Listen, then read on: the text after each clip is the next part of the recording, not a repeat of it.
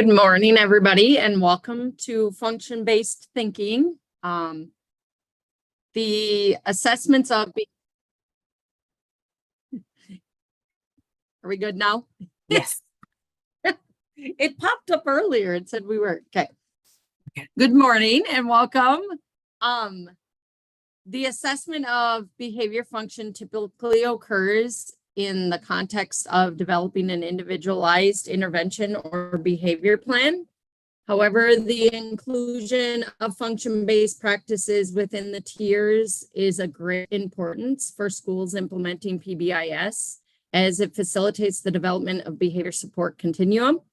Function-based thinking is a process that is utilized across all tiers with specific focus on prevention. This session provides an overview of function-based thinking process and recommendations for staff development. Our presenters are both board certified behavior analysts and work as coordinators and external coaches for PBIS within our Southern region. So please welcome Hazel Ashbeck and Sarah McAdams. Thanks, Allie. My name is Hazel Ashbeck. As Allie said, I'm excited to share this information today with you and Sarah as well. I'm going to kick things off and get us started. Before we jump right into it, I will go over a few of the objectives for this session and give sort of an overview of what we're going to be talking through today. And Sarah, if you could go to the next slide.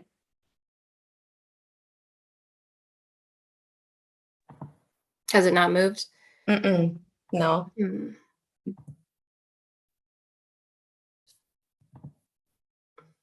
Let me just stop the share and redo it. Sure. And while Sarah's pulling that up, I guess I'll just get started here. As Allie mentioned, there we go, Sarah.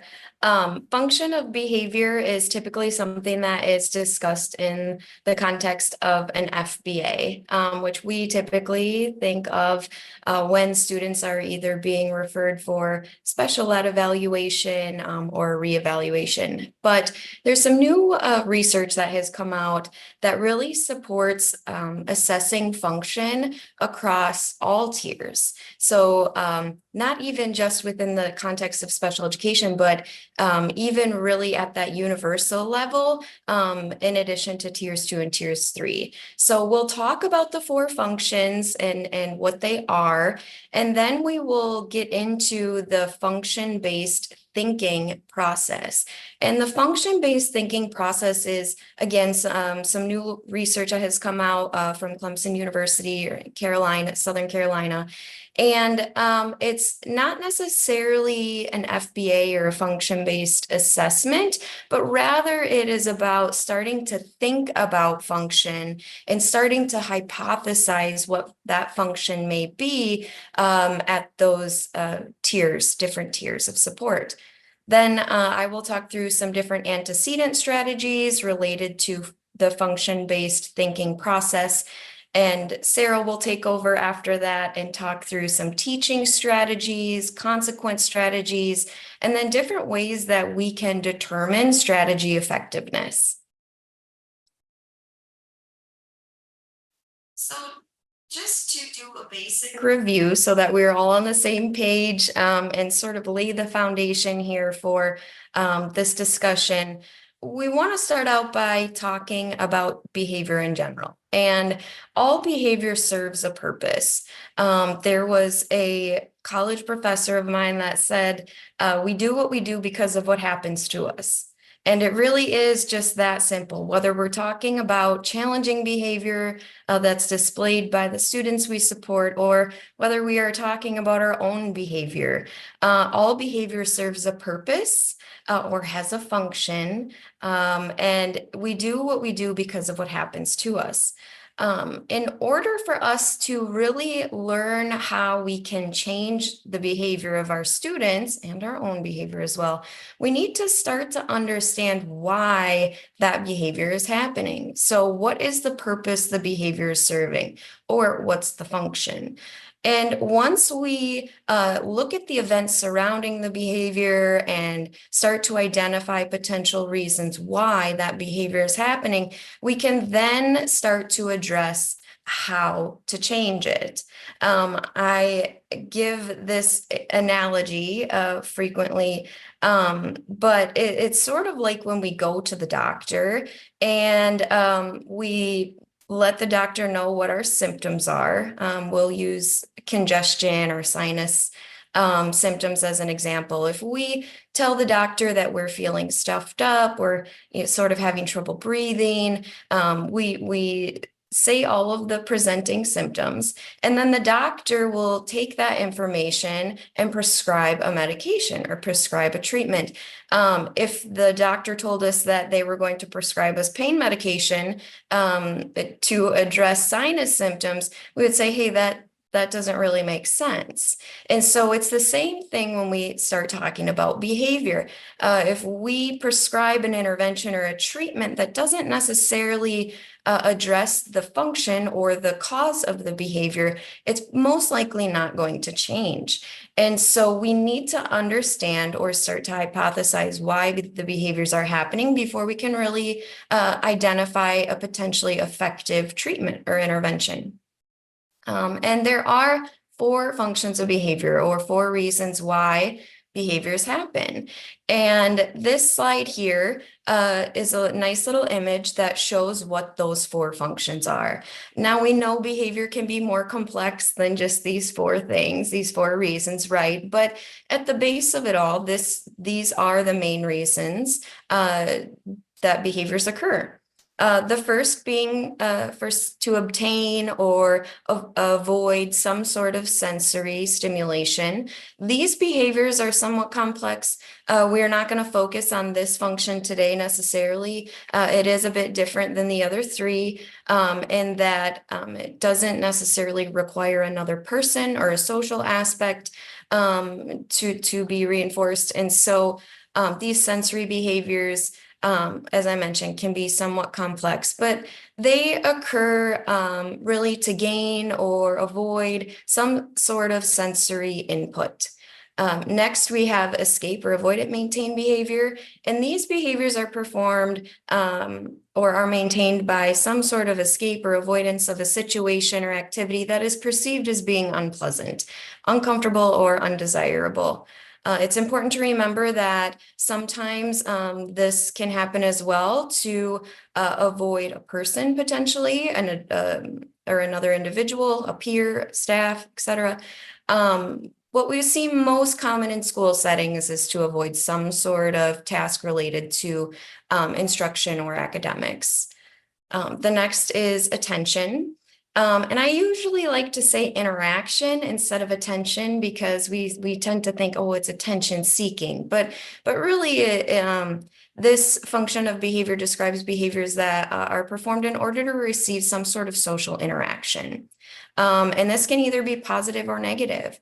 And so the escape maintain behaviors and the attention maintain behaviors are the most common that we see in school settings. And so this is what we're going to focus on for the discussion here today. Lastly, behaviors that are performed to get access to some sort of activity or item, we refer to those as behaviors maintained by access to tangibles. Typically, what we see in the school setting is that students will engage in certain behaviors to get access to an iPad or a computer or some sort of technology. We see a lot of cell phone use, especially within the secondary setting. And so tangibles or behaviors that are maintained by access to tangibles are behaviors that occur in order to access some sort of activity or item. So let's talk about function across all of the tiers.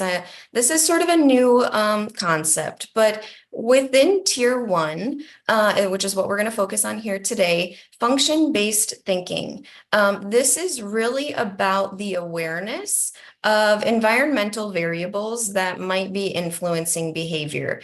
And when it comes to thinking about this within our own school or our own PBIS framework is really about planting the seed with staff. So we all have those ODR forms that we fill out in order to document behavior, and where we indicate what happened before the behavior, what the behavior looked like, and then what happened after the behavior. And so if we can start to plant the seed with staff and teach them how to really be aware of those events surrounding the behavior, they will be able to more accurately fill out those ODR forms, which is very important when it comes to the systems that are in place at tiers 2 and 3. And so we want to make sure that at the tier 1 level, when we're talking about behavior, we are not necessarily attributing character descriptions, such as the student was wanting to make the other student mad or get back at the other student, or the student was just frustrated. We want to really hone in a bit and be more objective and look at the events around the behavior and what's happening, so we can figure out what that purpose is. Like we talked about earlier, why is this behavior happening and what purpose is it serving for the student? How is it working out for them? And so really, at the most basic layer of prevention, we can equip teachers and educators with this understanding of that behavior is functionally related to the environment in which it occurs.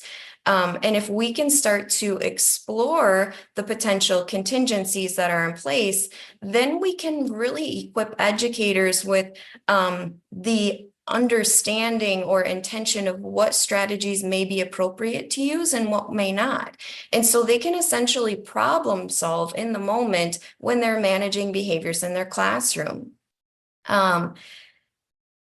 When we move to the advanced tiers 2 and tiers 3, and think about function, really, as I mentioned, we rely on those data collected at tier 1 through the ODR forms, for example, in order to identify a potential intervention that may be appropriate. So what that looks like at tier 2 is identifying or utilizing an intervention matching system. So if we take a look at the ODR form and see that 3 out of the 5 behavior incidents that were recorded that seemed to be the student was obtaining or attempting to obtain some sort of adult interaction, we might then hypothesize or say, okay, I think it makes sense for us to try a check-in, check-out intervention, because that intervention is designed to support students that engage in behavior to get access to adult interaction. And then at the tier 3 level, this is where we can dig just a little bit deeper and do a brief functional assessment to understand if we truly have identified the appropriate or correct function, and maybe start to take a look at other variables and to identify why the tier 2 intervention maybe wasn't as effective as we wanted it to be. So let's get into the function-based thinking process. There is a resource that's linked at the end of this presentation in the last slide that is pulled from a guide through the research I mentioned earlier. But the function-based thinking process at the tier 1 level is really just summarized into a 3-step problem-solving process. And this, again, is meant to inform the selection of function-based supports. We aren't talking about interventions necessarily at this level. We're really just talking about what are some different supports or strategies that the adults or staff can use in the classroom to try to prevent and or manage behaviors that happen. And this 3-step problem solving process is meant to be efficient, but yet systematic and much less intense than an FBA. So this is not the time for the deep dive problem solving, or many schools or teams have the student support problem solving teams that meet to identify really individual supports that can help students. That's not what this is referring to. This is really just meant to be much more efficient than that, and something that teachers and staff can utilize without a big deep dive into those individualized conversations. And when we look at this image here on the slide, we can see that for minor behaviors, really the support level should be somewhat low. We don't want to jump to our highest, most intense levels of support for those minor or junk behaviors. We want to preserve our resources so that when the need is high or when the behaviors are severe, we have resources to be able to allocate to address that, which we know requires a little bit more. And so thinking about this function-based thinking process, it does involve resource allocation. And so we want to preserve our most intensive resources for those more severe behavior situations and cases.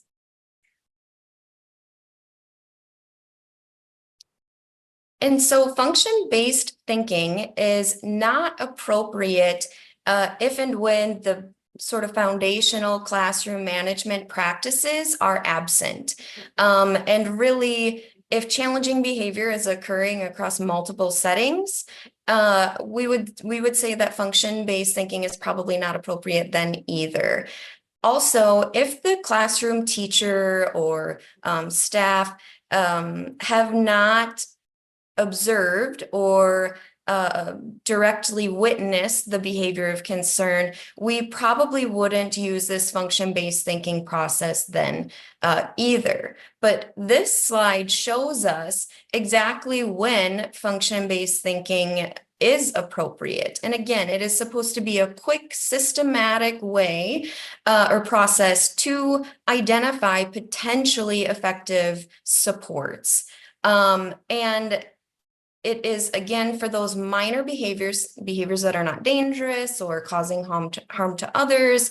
And really, it is implemented by the teachers or staff that are in the classroom engaging with that student most often.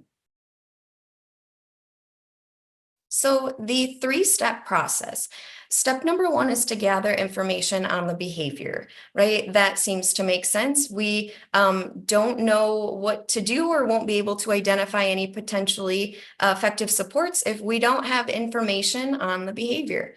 And second, developing a function-based support plan. Again, this is less intense than an FBA. It really is about identifying strategies rather than interventions. And then last, the third step is just to measure the success of the plan. Is what you're doing working? Are you seeing the results that you would like to see, or is it not working? We have to have a way to make sure that we are monitoring what we're doing so we know if we should continue doing it or not. So step number one, gathering information. First, we want to know, what does the behavior look like? We want to avoid really just identifying emotions, right? Well, when the student gets mad, they hit or they yell. The getting mad part is important, I suppose, but really when we're talking about behavior and gathering information on the behavior, we want to stay objective, right? We want to know, what does the behavior look like? What does it not look like? And include examples or non-examples. For example, yelling in the gym during recess is probably not really exactly the same behavior that we're talking about if it's something in the classroom, right? Yelling in the classroom while the teacher is speaking. So including examples and non-examples is important so that we are all on the same page about what the behavior is and isn't. And then lastly, we want to see how often or how long does the behavior occur. We want to know, does it happen, identifying patterns? Does it happen more during instructional times? Does it happen during partner work? Does it happen during transitions, etc.? And are there certain people or certain settings that the behavior is more likely to occur in? Because it doesn't make sense, again, for us to allocate resources or put together a plan for, let's say, a location or a time when the behavior isn't likely to occur. We can really pinpoint when the behavior is most likely to occur and when it is not at this tier 1 level, and then allocate our resources to address within those contexts. So the next slide, as I mentioned, just shows an example of that ODR form. And we can use these ODR forms or data provided in the ODR forms to help us more specifically identify those patterns. This allows us to avoid guessing, which is important, right? Going back to that doctor example at the beginning, if we can really address the why or start to hypothesize the purpose of the behavior, then we don't have to guess and go through our whole laundry list of supports trying to find something that sticks. We can be more intentional about what we're doing and why we're doing it. So refer to the ODR form. Are there certain times the behaviors happen? Are there consequent patterns, antecedent patterns? And that perceived motivation section is highlighted here for a reason. It's really important that you support your staff and teach them how to accurately fill out this part of the ODR form, because it is very important and it allows us to identify potential supports or interventions down the line at the tier 2 and 3 level that really are going to be most effective. So if I see a lot of times when I'm working with schools where there's an unclear, I don't know what the perceived motivation is, and we'll have a stack of ODR forms, 5 or 6 of them, and every single one says, I don't know. And so that's really hard for us then to have meaningful conversations around why the behavior might be happening if we're not taking a look at that perceived motivation or not training our staff to fill that out accurately. It's important for us to look at those events surrounding the behavior to figure out that purpose so that we can identify some strategies, supports, or interventions that will help that student and reduce that challenging behavior.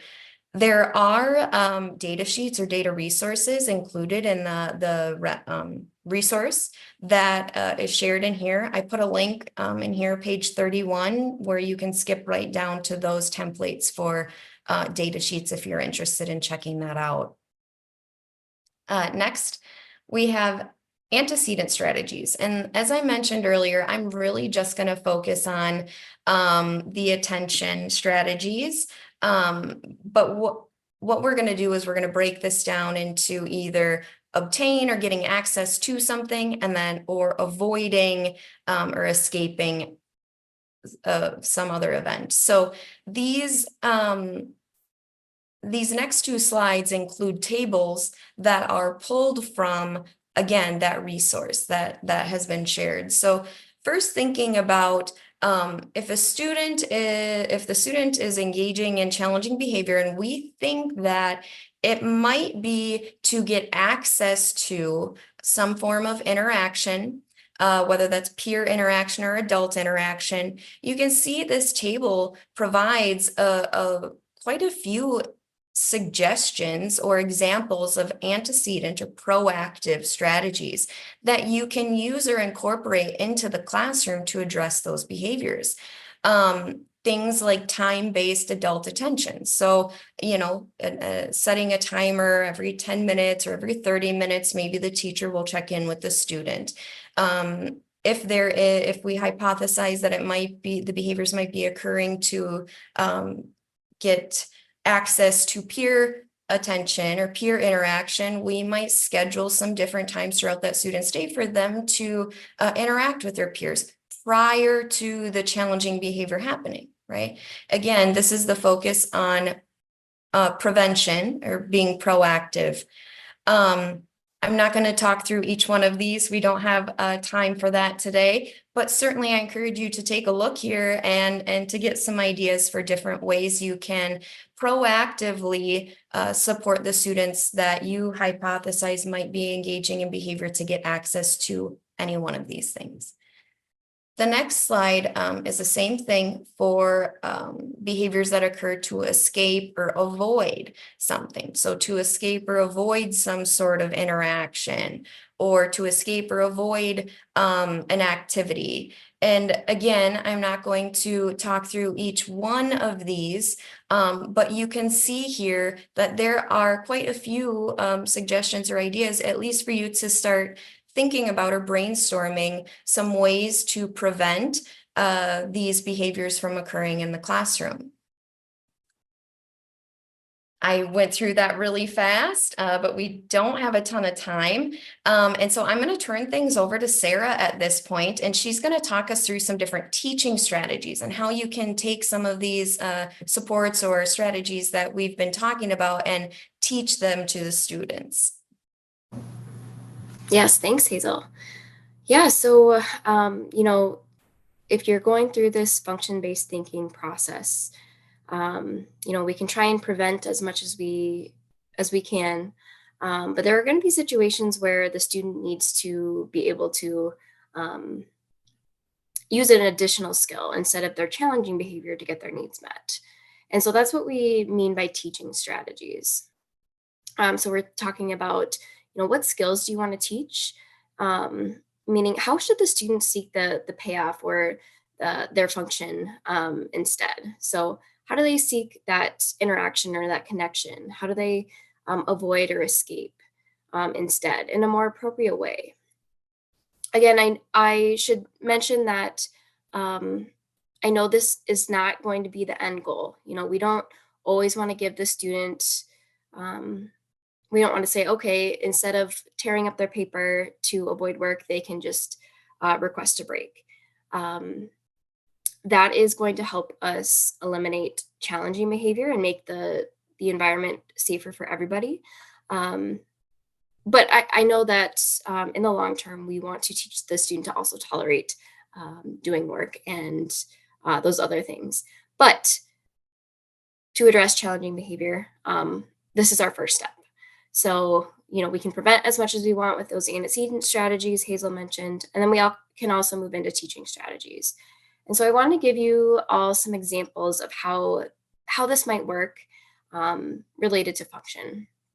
So what our aim is with challenging behavior is to give them an alternative way that's more socially acceptable to get that payoff or get that need met that challenging behavior is serving. So we call that a functionally matched replacement behavior. So as it sounds, it's a skill or a replacement behavior that matches the function that the behavior is serving. And so as Hazel has mentioned, we need that data, we need those conversations to happen about what that student is trying to seek. So say you've got a student in your class that during independent work, they're always putting their head down and refusing to do the task. The way we address that is going to depend on the function or the payoff that the student is looking for. And so here are some examples. So say the student is really just wanting some kind of interaction, whether it's they want you to come over and provide some kind of help, or they want maybe some negative attention. Maybe they want you to come over and nag them a little bit. Some of our students seek that out. What we can do is provide a functionally matched replacement behavior or another more socially appropriate way for them to seek out that attention, that interaction, that connection. And so, a simple way to do that would be teaching them and reminding them to raise their hand, right? I'm sure we would all rather have a student raise their hand rather than, sit there for 20 minutes with their head on their desk, waiting for somebody to come over and interact. We can go through the same example with each function. So Say the student is putting their head down on their desk, but it's not to get help. It's not to get any kind of interaction with staff or with peers. They need a break. Maybe the task is something they're avoiding. It's too difficult, or um, they're not ready to complete it. So in that circumstance, we would teach them a way to escape or avoid in a more appropriate way. So they could raise their hand and request a break. They could go to the calm corner. They could, whatever's would be appropriate in your classroom or in the setting that they're in is, we would provide them a way to seek that out appropriately. Again, if we have the same example, maybe it's a young learner who puts their head on their desk every time they get a writing worksheet or a writing task.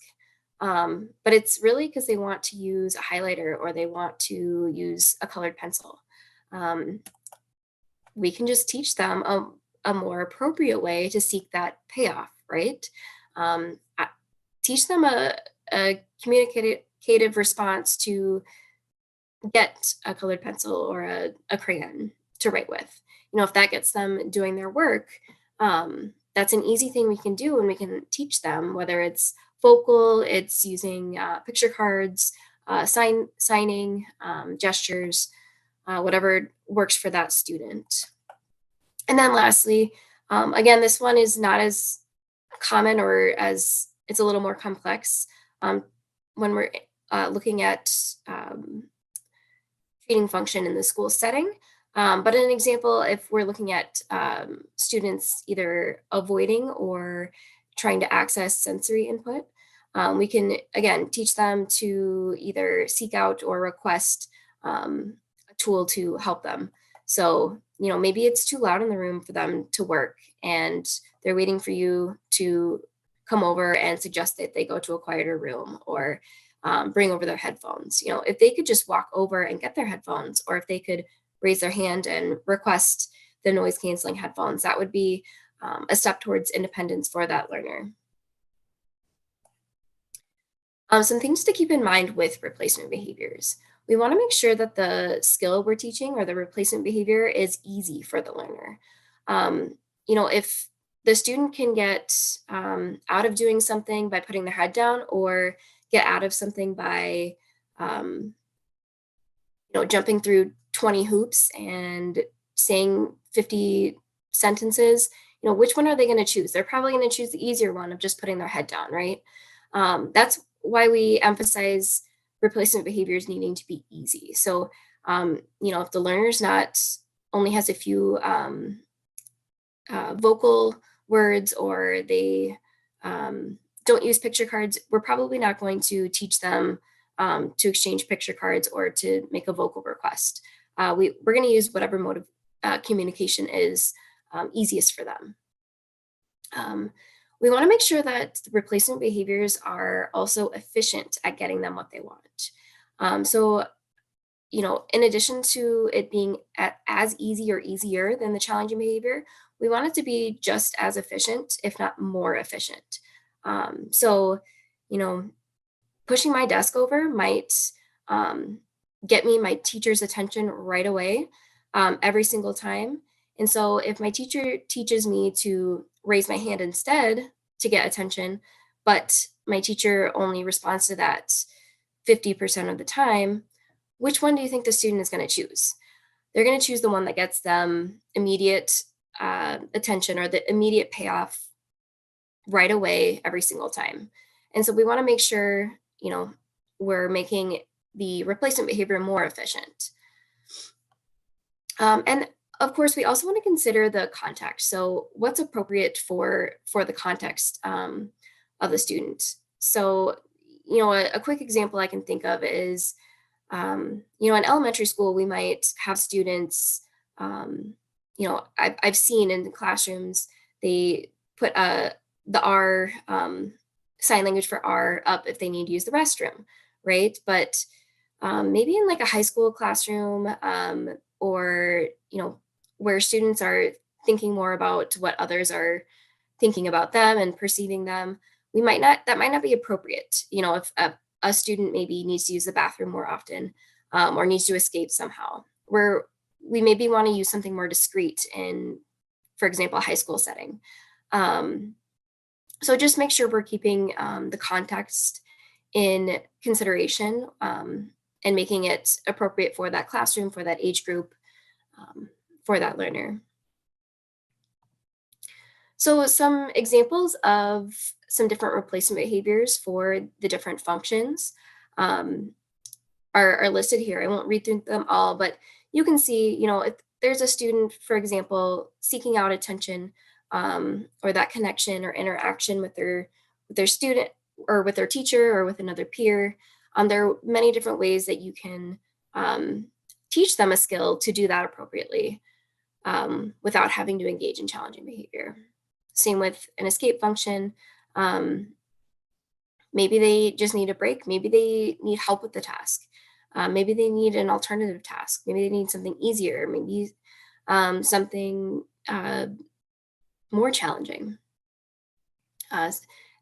So access to items or activities, or what we'd call a tangible function, is really going to come down to teaching them to request that item or activity, or maybe more time with that item or activity if we're engaging in challenging behavior to get something or get more of something.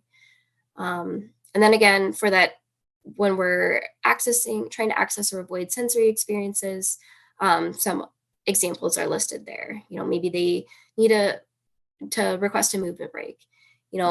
We talked about antecedent strategies. We can do that proactively, but we don't live in a perfect world. We're not always going to be able to prevent every challenge the student faces. So we want them to be able to have their independence and request these things that they need without having to resort to challenging behavior. One of the most well-researched behavioral strategies for teaching skills is called behavioral skills training. And this is kind of the outline for it here. Instruction, modeling, rehearsal, and feedback. You may have heard of similar terms such as tell, show, do, and review. But when we're teaching a skill, we want to make sure that we are thoroughly, explaining concretely what the instructions are, what the steps of the skill are, if there are multiple steps.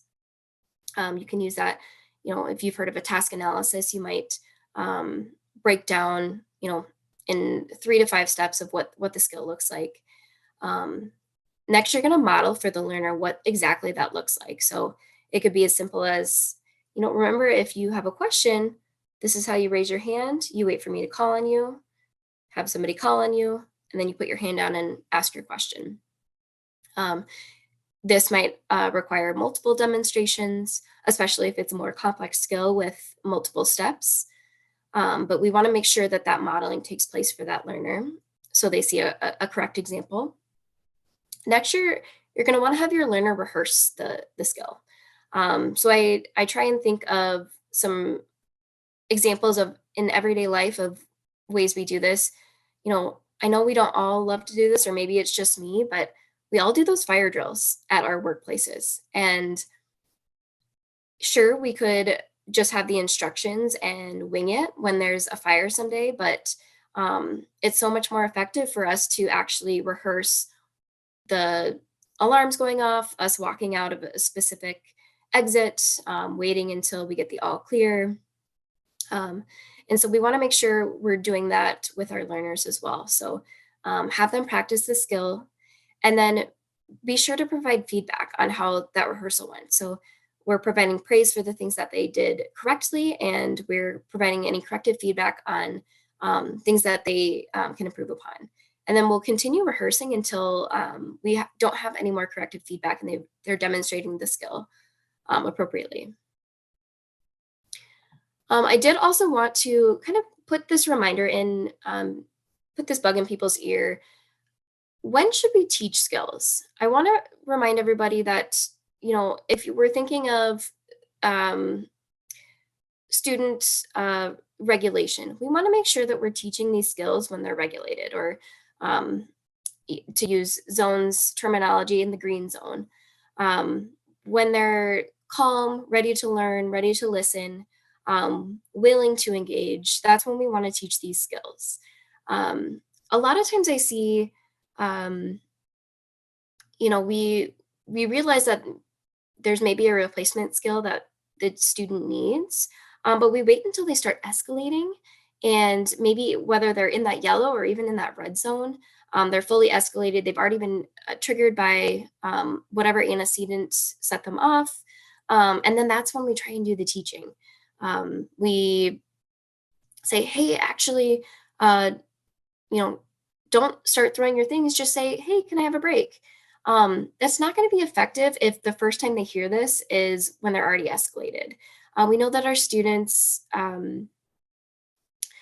when they're escalated, they, have a decreased ability to kind of listen to instruction. Emotions are likely running high.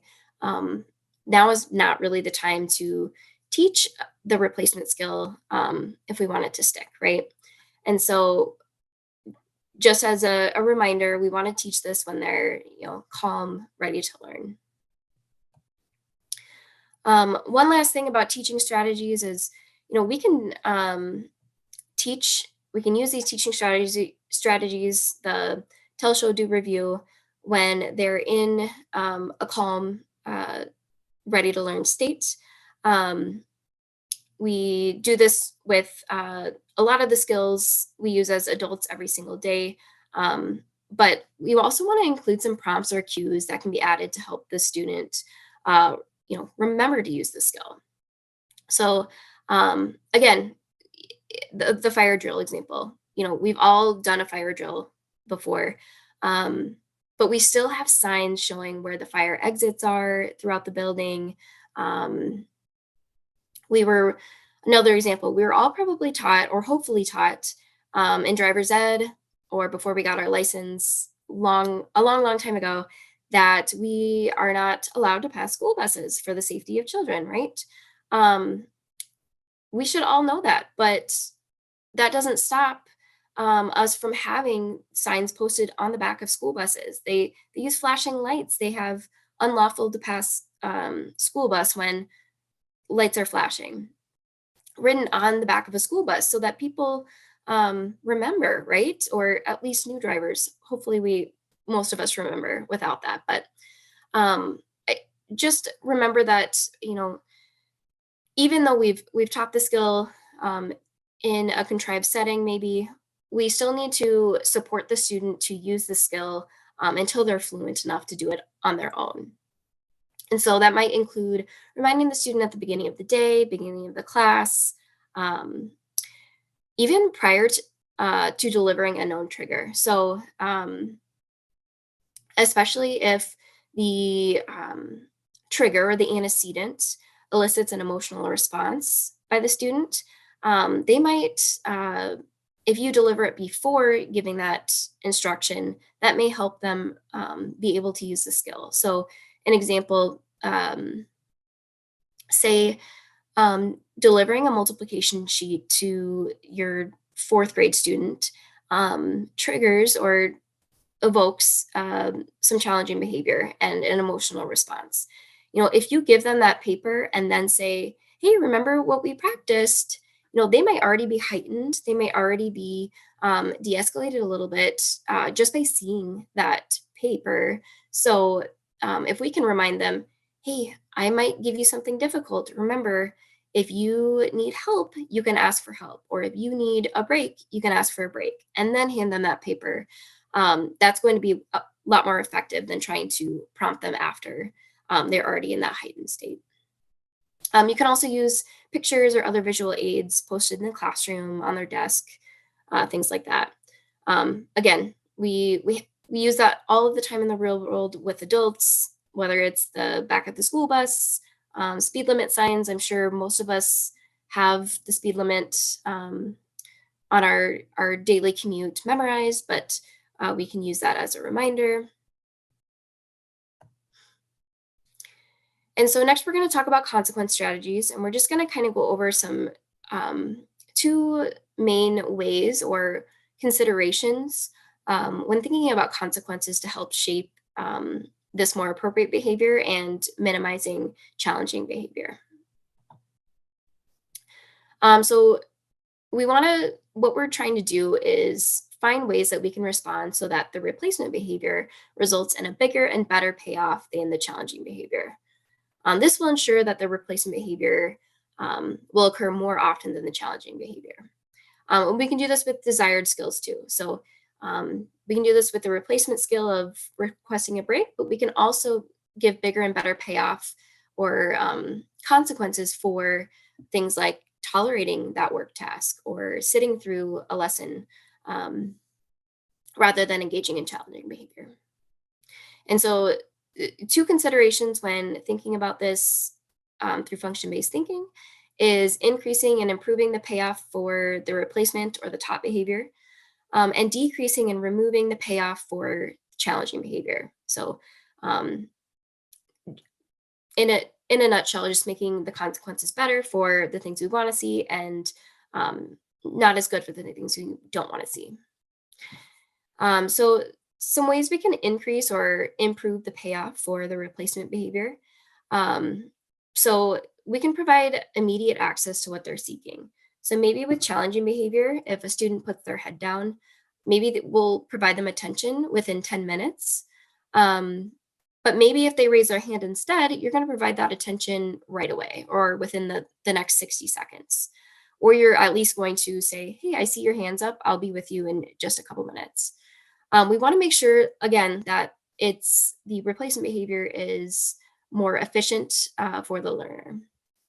We can also provide bigger and better quality access to what they're seeking. So maybe we can't always control, maybe they're going to get attention right away for blurting out in class. That's not always something that we can minimize attention to, especially if we've got other learners around. But maybe we can provide bigger and better attention when they raise their hand. So they blurt out and you say, yep, you're right.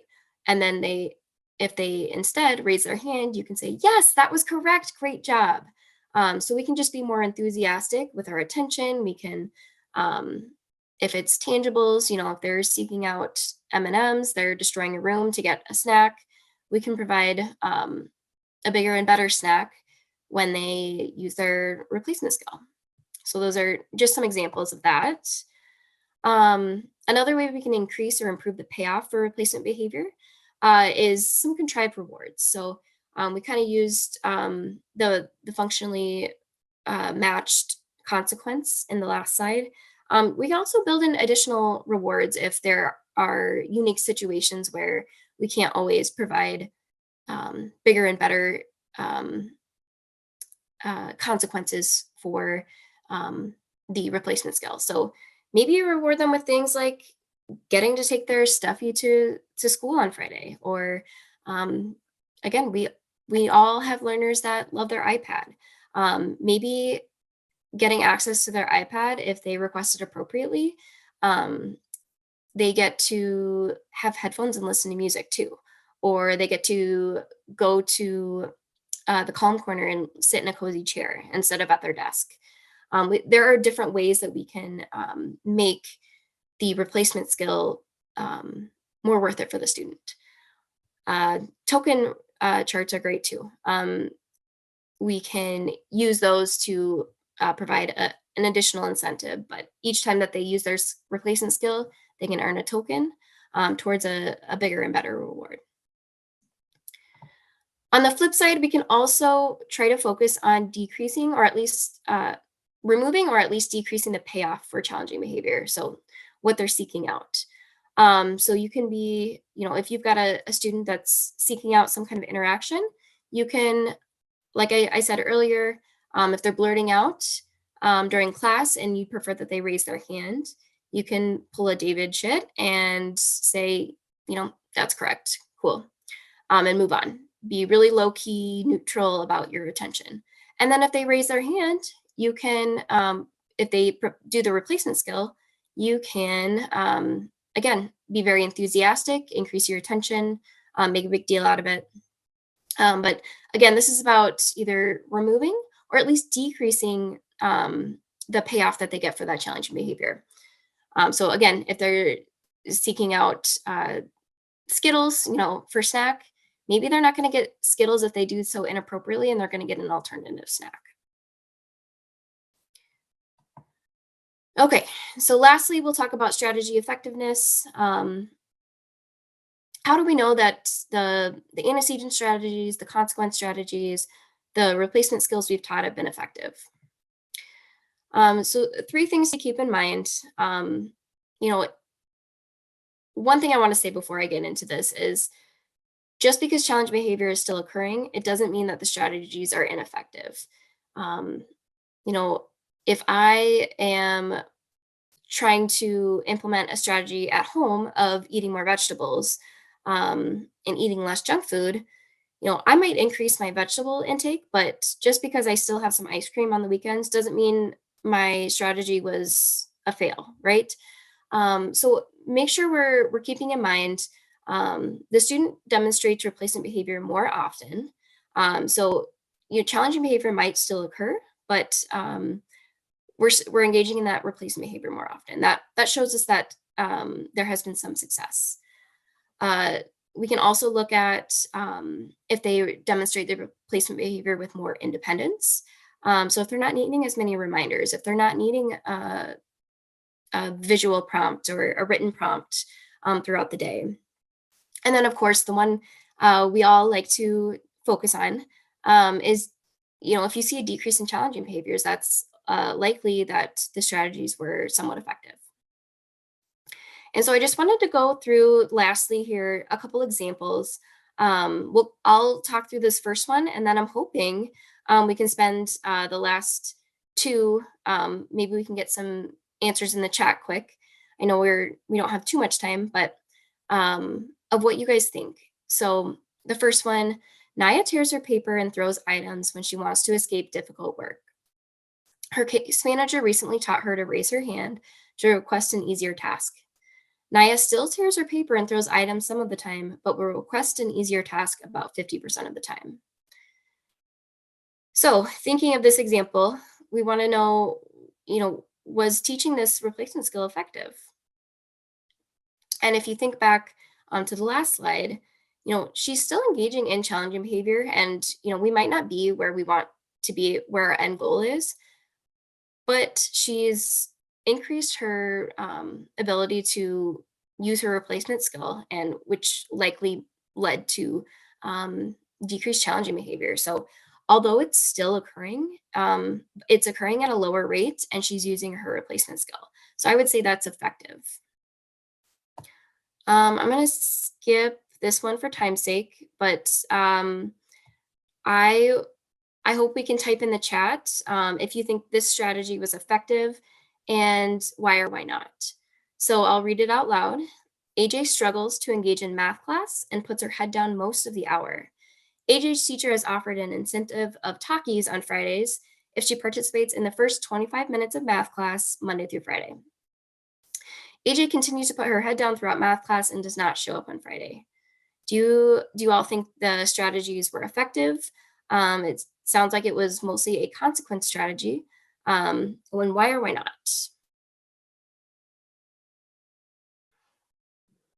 Okay, it looks like we are kind of all agreeing that this is not effective. Yes, there wasn't any really consistent feedback or praise. It really was a kind of a longer reward. So maybe she needs something more consistently. Yes, the incentive was not immediate.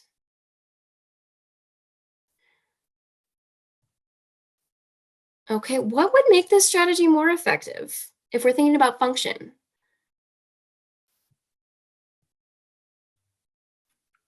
Because I'm assuming that AJ is probably not putting her head down in math all day, every day to get Takis, right?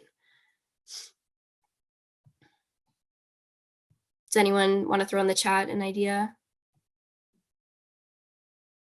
Yeah, was AJ involved in determining the incentive and time frame? It's a great question. Yes, thank you, Chloe. We want to first kind of hypothesize or identify maybe why she's putting her head down. Is the math too hard? Is she trying to avoid? Are there peers in that class that she's trying to avoid? Is it attention? Does she like the attention her teacher provides when she's putting her head down? Does she want, would some one-to-one support be helpful? Would more frequent check-ins be helpful? Maybe she's not sleeping at night. Maybe it's she's seeking out some sleep, some rest. Maybe we need to look at some other factors, right? So yeah, you guys are all, yeah, maybe she's tired, so food isn't motivating. Yeah, so again, the main point here is function was not looked at all in this situation. And that often leads to ineffective strategies. If we look at just trying to build in additional rewards for students without addressing the function, we're less likely to make real change with the student. It might work for the first week, but usually students kind of lose motivation after that. So I would, in this situation, look at what is it she's seeking? Is it attention? Is it avoidance or escape? Is it tangibles? Or is it some kind of sensory or outside variable that's affecting her ability to participate in class? Okay. I know we're kind of out of time, so this summary is here. If you guys check out the PowerPoint, but we really just want to focus on function-based thinking as being efficient and effective, looking at the 4 different functions and kind of using those evidence-based strategies we talked about with antecedents, teaching, and consequence strategies. That's all from us. I can stay on if anybody has questions. I know the next talks start pretty soon. So thank you all. Thank you so much, Sarah and to Hazel. Yep, we are at a break now until 11:15. And again, it is a breakout session option next. So you can choose to go back to Zoom link 1 if you want to do the exploring the impacts of PBIS on school outcomes with Nick Gage, or you can stay right here in this link. Our next presentation on this link is supporting students with disabilities in PBIS with our OSSEO behavior support staff. Sarah and Hazel, how do we get access to your PowerPoint? That's a great question. I can make sure that it is sent out to all the participants. I think Erin will have an answer for that, Sarah. Yep. So Okay. there is, Yeah, I'll check there's with a- Erin. Yeah, there's a folder that is going to be shared with everyone. If it hasn't been emailed to you yet, it will be after we are done today. All of the PowerPoints need to be made accessible before we send them out, and I think most of them were by today. They might still be working on a couple, so as soon as they're all ready, they'll send those out. Sounds good. Thank you. Yeah. I was just going to put in the chat the other link in case anybody needed it. And otherwise, we are staying in here for the 11:15 presentation from, oh, that didn't work. Can't click on that link. I'll get it. From the OSSEO behavior staff on supporting students with disabilities with PBIS. Let me and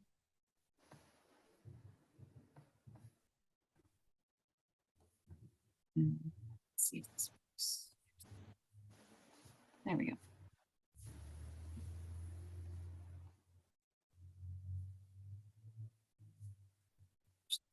Morning.